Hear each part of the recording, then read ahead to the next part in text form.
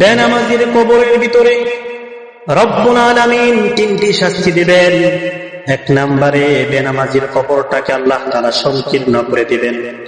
বেনামাজির কবরের ভিতরে ডান পাশের মাটি এবং বাম পাশের মাটি বেনামাজিকে এমন ভাবে চাপ দিবে, চাপ দেওয়ার পর ডান পাশের হাড্ডিগুলো বাম পাশের হাড্ডির সঙ্গে মিশে যাবে। এবং দুই নম্বরে বেনামাজির কবরের মধ্যে আল্লাহ রাব্বুল আলামিন দাউ দাউ করে আগুন জ্বালিয়ে দিবেন। যেই আগুনের উত্তাপে বেনামাজির শরীরটা একেবারে পুড়ে একেবারেই পানির মতো গলে যাবে। এই রকম ভাবে আল্লাহ রাব্বুল আলামিন তিন নম্বরে বেনামাজির কবরের ভিতরে এমন এক সাপ আল্লাহ রাব্বুল আলামিন দিবেন, যেই সাপের চক্ষু দিয়ে আগুন বের হয়। আর এই সাপ যদি একবার বেনামাজিকে দংশন করে, তাহলে সেই ব্যক্তি 70 গজ মাটির নিচে দেবে যাবে। এই রকম ভাবে দংশন করতে থাকবেন।